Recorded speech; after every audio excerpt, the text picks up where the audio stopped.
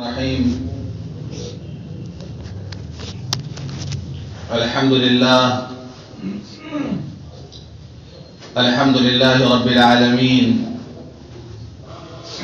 والصلاة والسلام على سيد الأنبياء والمرسلين وخاتم النبيين سيدنا محمد وآله وصحبه أجمعين ومن تبعهم بإحسان ودعا بدعوتهم إلى يوم الدين.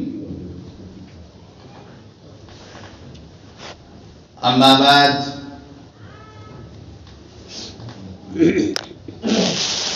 عن عبد الله بن عمر رضي الله عنهما قال: قال رسول الله صلى الله عليه وسلم: ما حق امرئ مسلم له شيء يوصي فيه يبيت ليلتين إلا ووصيته مكتوبة عنده، أو كما قال عليه الصلاة والسلام. رواه البخاري ومسلم. اللهم صل على محمد وعلى آل محمد وبارك وسلم. میرے بھائیوں، بزرگوں، دوستوں، گزشتہ جمعے کو وقف کا بیان تھا کہ صدقہ جاریہ کے طور پر کوئی شخص اپنا کوئی مکان، کوئی جائیداد، کوئی سبیل یہ وقف کر جائے، اس مکان سے، اس جائیداد سے اپنے مالکانہ تصرف سے دستبردار ہو جائے کہ اس کی جو آمدنی ہوگی یہ فلاں مسجد کو یا مدرسے کو یا فلاں کار خیر میں خرچ ہو، اس کو وقف کہتے ہیں. آج کا بیان ہے وصیت کے بارے میں.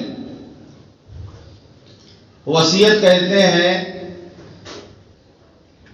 کسی کے پاس کوئی سرمایہ ہو، کوئی جائیداد ہو، وہ یہ وصیت کر جائے کہ میرے مرنے کے بعد فلاں جائیداد، فلاں سرمایہ، اتنا مال اس کار خیر میں خرچ کیا جائے یا فلاں شخص کو دے دیا جائے.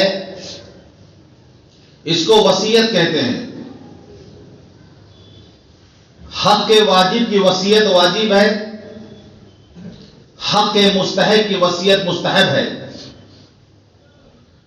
حق واجب کا مطلب یہ ہے کسی کے پاس کسی کی امانت رکھی ہوئی ہے یا کسی سے اس نے قرض لیا ہوا ہے یا اس نے کسی کو قرض دیا ہے، کوئی مالی معاملات ہے،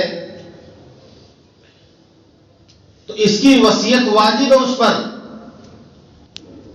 بتا دے وہ کہ ہمارے پاس فلاں کی امانت رکھی، اس کو لوٹانا ہے، یا ہم نے فلاں سے اتنا قرض لیا، اس کو ادا کرنا ہے.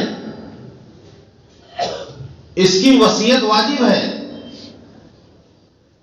اور حق مستحب یہ ہے کہ کسی مسلمان کے بارے میں، کسی کے بارے میں یہ وصیت کر جائے کہ میرے مال میں سے اس کو یہ دے دیا جائے یا یہ دے دیا جائے، ثواب کی نیت سے وہ یہ کر رہا ہے، تو یہ مستحب ہے. وصیت نامہ اس کے پاس لکھا ہوا موجود ہو، لکھ کے جائے، وہ اس چیز کو لکھ دے. وہ میں نے جو ابھی حدیث پڑھی ہے، حدیث کے راوی حضرت عبداللہ ابن عمر رضی اللہ عنہ، بخاری اور مسلم کی روایت ہے. وہ روایت کرتے ہیں کہ رسول اللہ صلی اللہ علیہ وسلم نے ارشاد فرمایا، کسی مسلمان کے لیے یہ درست نہیں ہے کہ اس کے پاس کوئی ایسی چیز ہو جس کے بارے میں وصیت کر سکتا ہو کہ 2 راتیں گزر جائیں اور اس کا وصیت نامہ اس کے پاس لکھا ہوا موجود نہ ہو.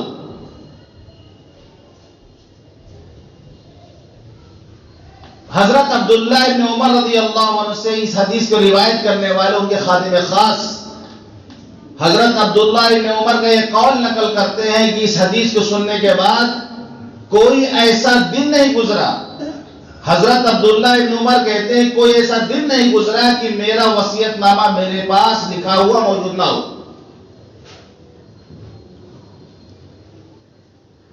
عام طور پہ ہمارے ہاں اس کی طرف توجہ نہیں کی جاتی، خواص کے ہاں بھی اخص الخواص جو لوگ ہیں وہ وصیت تیار کر کے رکھتے ہیں، لکھ کے رکھتے ہیں۔ وہ اس میں بڑی آسانی ہے۔ قرآن مجید کی سب سے لمبی آیت نہ نماز کے بارے میں ہے، نہ تلاوت کے بارے میں ہے، نہ روزے کے بارے میں ہے۔ قرآن مجید کی سب سے لمبی آیت سورہ بقرہ میں وہ معاملات کے لکھنے کے بارے میں ہے کہ قرض کا لین دین ہو تو آدمی اس کو لکھ لیا کرے۔ تفصیل کے ساتھ سب سے لمبی آیت اللہ تعالی نے نازل فرمائی لکھنے کے تعلق سے۔ اور چیزوں کا حکم مختصر طور پہ بھی ہے، رسول اللہ صلی اللہ علیہ وسلم نے تشریف فرمائی، لیکن قرآن میں آپ جائیں گے جہاں معاملات کا تذکرہ ہے وہاں پوری تفصیل کے ساتھ تذکرہ ملے گا۔ عبادات کا تذکرہ بہت تفصیل سے نہیں ملے گا، لیکن معاملات کا تذکرہ جیسے وراثت ہے یا قرض کے لکھنے کا معاملہ ہے یا نکاح کے تعلق سے، طلاق کے تعلق سے جو معاملات ہیں بہت تفصیل کے ساتھ آپ کو قرآن میں ملیں گے۔ ابھی تو لکھنے پڑھنے کا دور ہے۔ رسول اللہ صلی اللہ علیہ وسلم کی بعثت جس معاشرے میں ہوئی تو ان کو امیین کہا جاتا ہے، ان کا لکھنا پڑھنا نہیں تھا۔ اس معاشرے سے کہا جا رہا کہ جب کچھ متعین مدت تک قرض کا لین دین کرو تو اس کو لکھ لو۔ یا ایھا الذین آمنوا اذا تداینتم بدین الی اجل مسمى فاکتبوہ۔ پورے صفحے کی آیت ہے یہ، پورے ایک صفحے کی آیت ہے، سب سے طویل آیت۔ کیا ایمان والو جب تم متعین مدت تک کے لیے قرض کا لین دین کرتے ہو تو اس کو لکھ لیا کرو۔ ہمارے یہاں لکھنے کا مزاج نہیں ہے، لکھ لیا کرو اور آگے اللہ فرماتا ہے گواہ بنا لیا کرو۔ دو مرد ہوں یا ایک مرد دو عورت ہو، گواہ بناؤ اس پر۔ کسی کو ہم نے قرض دیا یا قرض لیا تو اس کو لکھو۔ ہمارے ہاں بغیر لکھی ہوئی اسی دے دیا جاتا ہے، لحاظ میں کوئی گواہ بھی نہیں ہوتا۔ ایک بزرگ نے اپنے مجلس میں فرمایا کہ ایک مظلوم شخص ایسا ہے جو اللہ سے دعا کرتا ہے اپنے حق کے لیے، اللہ اس کی دعا قبول نہیں کرتا۔ فرمائے یہ وہ شخص ہے جو کسی کو قرض دیتا ہے، نہ اس کو لکھتا ہے نہ گواہ کسی کو بناتا ہے۔ جب مانگنے کا وقت آتا ہے، مانگنے جاتا ہے تو سامنے والا انکار کر دیتا ہے کہ نہیں تم نے ہم کو کوئی قرض ہی نہیں دیا۔ اب نہ تو اس نے لکھا ہے نہ گواہ بنایا ہے، سامنے والا انکار کر گیا۔ اب یہ اللہ سے رو کے دعا کر رہا ہے اللہ ہمارا حق دلوا دیجیے۔ فرمایا اللہ بھی اس کا حق اس سے نہیں دلائے گا کیونکہ اس نے اللہ کے حکم کی نافرمانی کی ہے۔ اللہ نے لکھنے کا حکم دیا، اس نے نہیں لکھا۔ گواہ بنانے کا اللہ نے حکم دیا، اس نے گواہ نہیں بنایا، اللہ اس کی دعا قبول نہیں کرے گا۔ ہمارے یہاں معاملہ یہ لحاظ، بھائی کو کوئی چیز دے دیا، رشتے دار کو کوئی چیز دے دیا، قرض دے دیا، لکھتے نہیں ہیں لحاظ میں۔ بعد میں یہی لحاظ مقدمے کی شکل میں آتا ہے، کورٹ تک جانا پڑتا ہے، یہی پورا لحاظ ختم ہو جاتا ہے۔ شریعت پہ نہ عمل کرنے کی وجہ سے لحاظ میں نہ کسی کو آدمی گواہ بناتا ہے، بھائی کیا سوچے گا، ہم پر اعتبار نہیں ہے، دو گواہ لا کر کے لکھیں گے، بھائی کیا سوچے گا۔ تو لحاظ میں ہمارے بہت سارا کام ہوتا ہے، جب فیملی ایک ساتھ ہوتی ہے بڑے لحاظ میں کام ہوتا ہے۔ جہاں جب الگ ہونے کا معاملہ ہوتا ہے تو سر پھٹول پھر لاٹھیاں چلتی ہیں اسی کے لیے، کیوں؟ شریعت کے حکم پہ عمل نہ کرنے کی وجہ سے۔ تو فرمایا لکھو اس کو، کسی کو قرض دو تو لکھو، گواہ بناؤ باقاعدہ. یہ قرآن کا حکم ہے، یہ اللہ کا حکم ہے. خواص کے ہاں یہ چیز، عوام کے ہاں نہیں ہے. معاملات دکانداری کرتے ہوں گے تو میں مانتا ہوں لکھتے ہوں گے، لیکن آپس کے جو تعلقات ہیں یہاں لین دین ہوتا ہے تو ہم سے غلطی ہوتی ہے کہ ہم لحاظ میں لکھتے نہیں اس کو. تو سب سے طویل آیت قرآن مجید میں سورہ بقرہ میں پورے ایک صفحے کی ہے، یہ قرض کے لکھنے کے بارے میں ہے، گواہ بنانے کے بارے میں. فرمایا کسی مسلمان کے لیے مناسب نہیں ہے کہ اس کے پاس کوئی ایسی چیز ہو جس کے بارے میں وصیت کرے گا. اس کے لیے مناسب نہیں ہے کہ 2 راتیں گزر جائیں اس کا وصیت نامہ اس کے بعد لکھا ہوا نہ ہو. ہم یہ سمجھتے ہیں کہ وصیت کہتے ہیں جب آدمی مرنے والا ہوتا ہے، جب بستر مرگ پر ہوتا ہے، دنیا سے جانے والا ہوتا ہے، اس وقت وصیت نامے کی ضرورت پڑتی ہے. ہر ایمان والے کا وصیت نامہ لکھا ہوا ہونا چاہیے اس کے پاس. موت کا کوئی وقت متعین نہیں ہے، موت کسی کا انتظار نہیں کرتی ہے، موت کسی لمحہ آ سکتی ہے، کسی وقت آ سکتی ہے موت. خاص طور سے جو واجب معاملات ہیں، قرض کا معاملہ ہے، کوئی امانت ہے، اس کو لکھ کے رکھے، یا کم از کم اپنے گھر والوں کو، اپنی بیوی کو، اپنے بچوں کو بتا کے رکھے اس کو کہ بھائی ہم کو اتنا فلاں کو دینا ہے، یہ فلاں کی چیز ہمارے پاس، اس کو واپس کرنا ہے، یہ امانت ہے. اس کو بتا کے رکھے، باقاعدہ پورا حساب بتا کے رکھے. لیکن وہ یاد رکھنا مشکل ہوگا، لکھ کر کے جائے گا تو آسانی ہو جائے گی.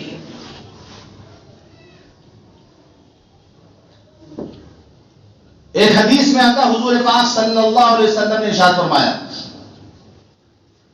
حضرت جابر رضی اللہ عنہ روایت کرتے ہیں کہ رسول اللہ صلی اللہ علیہ وسلم نے ارشاد فرمایا، من مات على وصیۃ مات على سبیل وسنۃ ومات على تقى وشهادۃ ومات مغفورا له، او كما قال علیہ الصلوۃ والسلام. کہ رسول اللہ صلی اللہ علیہ وسلم نے ارشاد فرمایا، جو وصیت کر کے مرا، وصیت لکھ کے مرا، تو اس کی موت شریعت پر عمل کرتے ہوئے آئی، سنت طریقے سے اس کی موت آئی، تقوی کی حالت میں اس کو موت آئی، شہادت کا مقام اس کو حاصل ہوا، اور اللہ اس کی مغفرت فرما دے. اتنی اہمیت ہے وصیت کی. ایک آدمی بغیر وصیت کے مر گیا، کچھ لکھا ہی نہیں اس نے، کچھ بتائی نہیں اس نے. ایک آدمی اپنے معاملات کو لکھ کے وصیت کر کے گیا ہے، بتا کے گیا ہے، تو من مات علی وصیۃ، جو وصیت کر کے مرا اس کی موت آئی ہے مات علی سبیل وسنۃ، شریعت کے راستے پر چلتے ہوئے، سنت پر عمل کرتے ہوئے، تقوی اختیار کرتے ہوئے، شہادت کی موت اس کو حاصل ہوئی. مات علی شہادت، شہادت کی موت اس کو حاصل ہوئی. ومات مغفورا له، اس حال میں مرا کہ اللہ نے اس کی مغفرت فرما دی. ایک مرتبہ رسول اللہ صلی اللہ علیہ وسلم نے ارشاد فرمایا کہ تم لوگ شہید کس کو سمجھتے ہو؟ صحابہ نے کہا اللہ کے رسول، جو اللہ کے راستے میں، جہاد میں، جنگ میں جو شہید کر دیا وہ شہید ہے. آپ نے تب تو ہماری امت میں شہداء کی تعداد بہت کم ہو جائے گی. شہید وہ بھی ہے جو اللہ کے راستے میں قتال میں شہید ہوتا ہے، وہ بھی شہید ہے. فرمایا جو اللہ کے راستے میں نکلے، اس کا انتقال ہو جائے، وہ بھی شہید ہے. طاعون سے کسی کو موت آ جائے، بیماری ہے طاعون جس کو پلیگ کہا جاتا ہے، وہ ایک جو ہے ہیضہ پھیل گیا، طاعون پھیل گیا، اس بیماری میں اگر کوئی مر گیا تو شہادت کی موت ہے. یہ پیٹ کی تکلیف میں کسی کا انتقال ہو گیا تو شہادت کی موت ہے. یہ شہداء 3 طرح کے ہوتے ہیں، دنیا آخرت کے شہید، صرف دنیا کے شہید، صرف آخرت کے شہید. دنیا آخرت کے شہید وہ ہیں جو اللہ کے راستے میں شہید ہوتے ہیں، جیسے صحابہ کرام شہید ہوئے. ان کے ساتھ دنیا میں حکم ہے کہ ان کو غسل نہیں دیا جائے گا، ان کو کفن نہیں پہنایا جائے گا، اسی کپڑے میں اسی خون کے ساتھ ان کو دفن کر دیا جائے گا. یہ دنیاوی احکام ہے، دنیا کا بھی شہید ہے وہ، اور آخرت میں بھی وہ شہادت کے مقام پر فائز ہوگا. شہداء کے بارے میں اللہ کے جو وعدے وہ اس کو ملیں گے. ایک ہے دنیا کا شہید، آخرت کا شہید نہیں ہے۔ وہ شہید جو منافق ہو، ناموری کے لیے وہ نکلا لڑنے کے لیے، دکھاوے کے لیے نکلا، منافق ہے وہ، اللہ کے لیے نہیں لڑا وہ، اور مر گیا وہاں جا کے، قتل ہو گیا اس کا۔ تو دنیا میں تو اس کو شہداء کے ساتھ سلوک ہوگا اس کے ساتھ، یعنی اس کو نہلایا نہیں جائے گا، اس کو کفن نہیں دیا جائے گا، اسی طرح اس کو دفن کر دیا جائے گا۔ دنیا میں تو شہید والے احکام اس پر جاری ہوں گے، لیکن آخرت کا وہ شہید نہیں، آخرت میں اس کو کوئی اجر ملنے والا نہیں۔ اور ایک شہید جو آخرت کا شہید ہے، دنیا کا شہید نہیں ہے، یہ کون ہے؟ جیسے طاعون میں کوئی مر گیا، المطعون والمقتول، پیٹ کے مرض میں مرا، والغریق ڈوب کر کے گیا، سیلاب میں ڈوب گیا، ایسا نہیں کہ جو ہے جان بوجھ کے خودکشی کر لیا اور ڈوب گیا وہ صاحب الحدم، عمارت وغیرہ گر گئی اس میں دب کے مر گیا، وہ شہید فی سبیل اللہ، اور اللہ کے راستے میں جو شہید ہوتا ہے، یہ شہید ہیں جن پر دنیا میں شہداء کا حکم نہیں لگے گا۔ ایک روایت میں آتا ہے موت غربت شہادہ، مسافرت کی موت بھی شہادت کی موت ہوتی ہے۔ ریل کا حادثہ ہو گیا، ٹرین حادثہ ہو گیا، گاڑی کا ایکسیڈنٹ ہو گیا، جہاز کا ایکسیڈنٹ ہو گیا، اسی طریقے سے جا رہا تھا، ہارٹ اٹیک اچانک ہو گیا اس کو، سفر میں ہے وہ، یہ بھی شہادت کی موت ہے۔ یہ جو شہداء ہیں یہ صرف دنیا میں ان کو حکم نہیں لگے گا، ان کو نہلایا جائے گا، کفن دیا جائے گا، لیکن آخرت کے شہید ہیں یہ آخرت کے شہید ہیں۔ تو 5 قسم کے شہیدوں کا تذکرہ ملتا ہے جو آخرت کے شہید ہیں۔ طاعون سے مرنے والا، پیٹ کی بیماری میں مرنے والا، پانی میں ڈوب کر مرنے والا، عمارت وغیرہ ڈھہ جانے گر جانے کی وجہ دب کے مرنے والا، اور مسافرت میں کسی کے موت آ جائے، سفر کی حالت میں موت آ جائے۔ اور میں نے جو ابھی حدیث پڑھی ہے کہ جو وصیت کر کے مرے گا، مات علی شہادتی، شہادت کی موت مرے گا۔ تو وصیت کا لکھنا اتنا اہمیت کا حامل ہے کہ آدمی وصیت کر جائے۔ ایک صحابی حضرت سعد بن ابی وقاص رضی اللہ عنہ، جلیل القدر صحابی ہیں، عشرہ مبشرہ میں سے ہیں۔ یہی وہ صحابی ہیں جتنے صحابہ تھے جب حضور پاک صلی اللہ علیہ وسلم سے گفتگو فرماتے تھے تو ادب سے کہتے تھے فدا کے ابی و امی یا رسول اللہ، اے اللہ کے رسول میرے ماں باپ آپ پہ قربان۔ نبی سے بات کرتے کوئی تو کہتے فدا کے ابی و امی یا رسول اللہ، اے اللہ کے رسول میرے ماں باپ آپ پہ قربان۔ لیکن سعد بن وقاص وہ صحابی ہے کہ نبی نے ان سے فرمایا، غزوہ احد کے موقع پہ فرمایا یا سعد ارمی فدا کے ابی و امی، اے سعد تیر اندازی کرو میرے ماں باپ تم پر قربان۔ نبی ان سے فرمانا ہے سعد تیر اندازی کرو، تیر چلاؤ میرے ماں باپ تم پر قربان۔ یہ وہ صحابی ہیں۔ ایک مرتبہ حضور پاک صلی اللہ علیہ وسلم رات کا موقع تھا، آرام فرما رہے تھے، نیند نہیں آ رہی تھی، دشمن کا خطرہ تھا۔ آپ نے فرمایا کاش کوئی مرد صالح آ کے پہرے داری کر دیتا ہماری۔ خطرہ تھا منافقین کا، خطرہ تھا یہود کا، خطرہ تھا دشمنوں کا۔ آپ کے دل میں ایک بات آئی، اسی کو کہتے محبت، اسی کو کہتے عشق، کہ معشوق نے جو سوچا وہی خیال عاشق کے دل میں آ جائے۔ انتہائی محبت کی ہے، یہ محبت کی انتہا ہے کہ جو معشوق سوچے وہی عاشق سوچے، جو محبوب سوچے وہی محب سوچے۔ حضرت عائشہ فرماتی ہے رسول اللہ صلی اللہ علیہ وسلم نے فرمایا کاش کوئی نیک مرد آ کے آج ہماری پہرہ داری کر دیتا۔ اتنے میں حضرت سعد بن وقاص ہتھیار وغیرہ لے کر کے آ گئے۔ آج سنائی پڑی تو رسول اللہ صلی اللہ علیہ وسلم نے پوچھا کون؟ فرمایا سعد بن وقاص۔ اس وقت کیوں آئے ہو؟ فرمایا اللہ کے رسول آپ کی جان کا خطرہ لگ رہا تھا مجھے، میں پہرہ داری کرنے کے لیے آ گیا۔ کیسی محبت رہی ہو کہ حضرت سعد بن وقاص رضی اللہ عنہ کو ہجرت فرما کے مدینہ منورہ صحابہ تشریف لے گئے تھے۔ حجۃ الوداع میں، بعض روایت میں فتح مکہ کے موقع پر، لیکن صحیح ہے کہ حجۃ الوداع کے سفر میں یہ حضور پاک صلی اللہ علیہ وسلم کے ساتھ سن 10 ہجری میں یہ ایک حج حضور پاک صلی اللہ علیہ وسلم نے کیا، حجۃ الوداع۔ یہ ساتھ میں تھے، مکہ آ گئے۔ آنے کے بعد سخت بیمار ہو گئے، بہت سخت بیمار ہو گئے حضرت سعد بن وقاص رضی اللہ عنہ، یہاں تک کہ ان کو موت کا یقین ہو گیا کہ ہم بچیں گے نہیں۔ حضور پاک صلی اللہ علیہ وسلم ان کی عیادت کے لیے تشریف لے گئے، تو انہوں نے کہا اللہ کے رسول کیا میری ہجرت واپس ہو جائے گی؟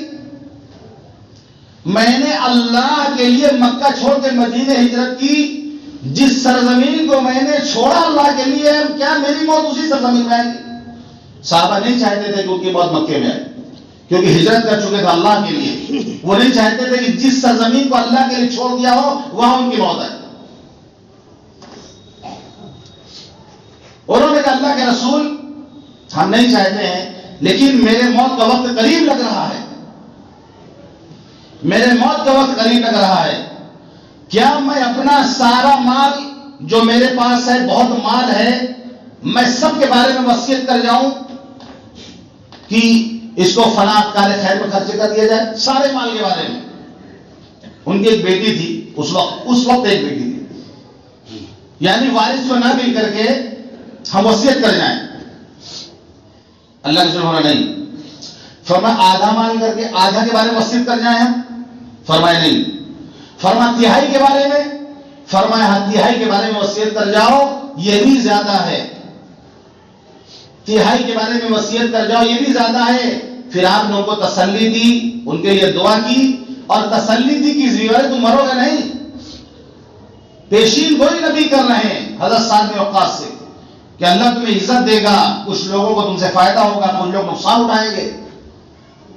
وہ ٹھیک ہو گئے، اس بیماری سے ٹھیک ہوئے، وہ اس کے بعد 50 سال زندہ رہے، نصف صدی فاتح فارس عراق کے حاکم حضرت سعد بن وقاص، پورا فارس ان کی قیادت میں فتح ہوا، کتنوں کو اللہ نے ہدایت دی، کتنوں لوگوں کو دشمنی کی، تم کو نقصان پہنچا، نبی کی پیشین ہوئی پوری ہوئی۔ تو ان سے فرمایا آپ نے تہائی مال کے بارے میں وصیت کر جاؤ یہ بھی زیادہ ہے۔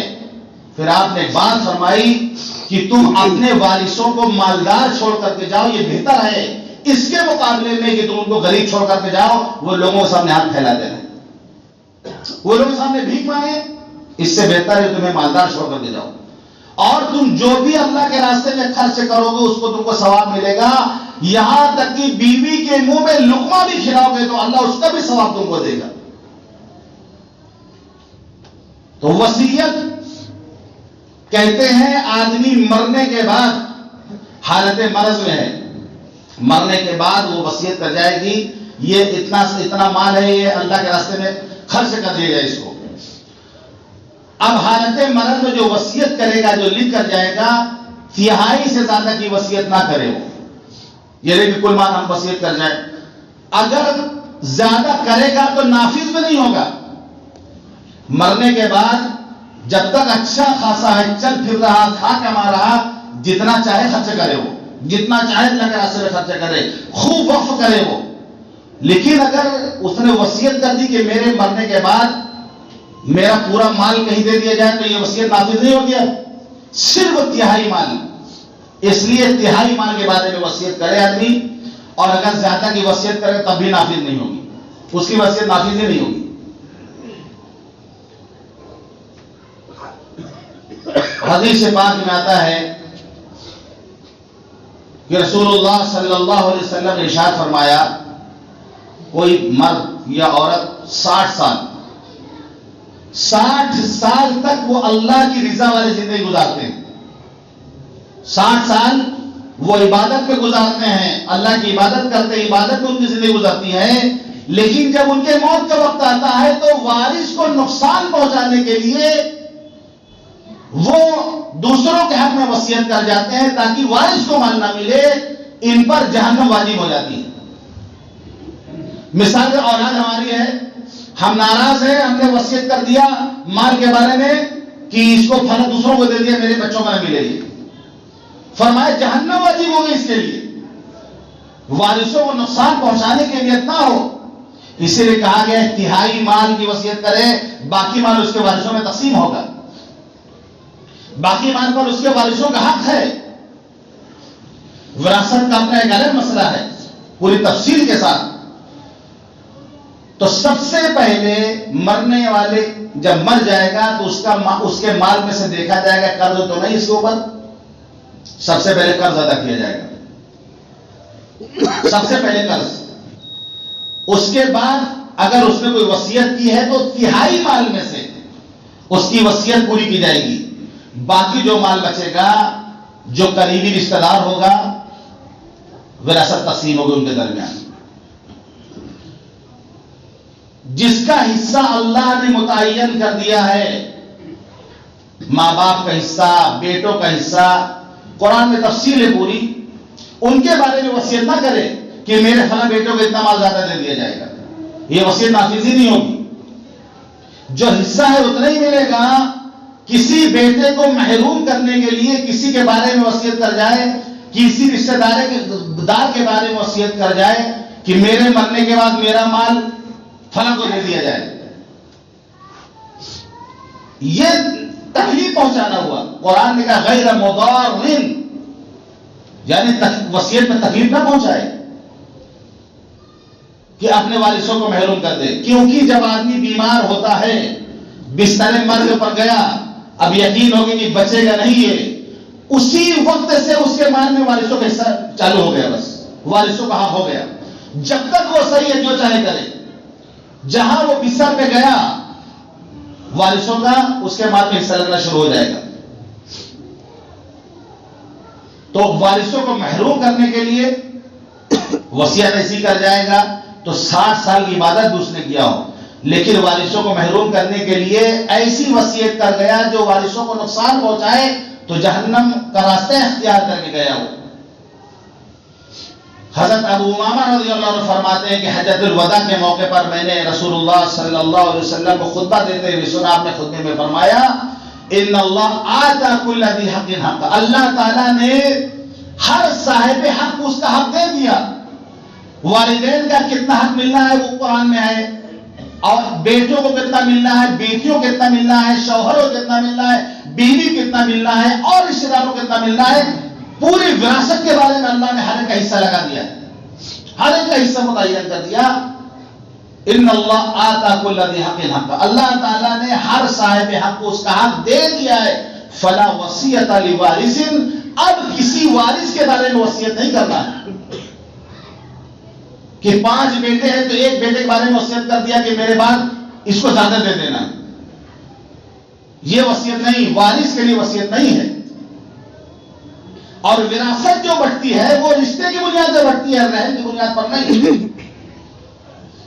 یعنی وراثت جو بٹے گی اس میں اصول رشتہ داری, محبت, رحم کی بنیاد پر نہیں بٹے گی کہ 5 بھائی میں ایک زیادہ غریب ہے تو اس کو زیادہ وراثت مل جائے.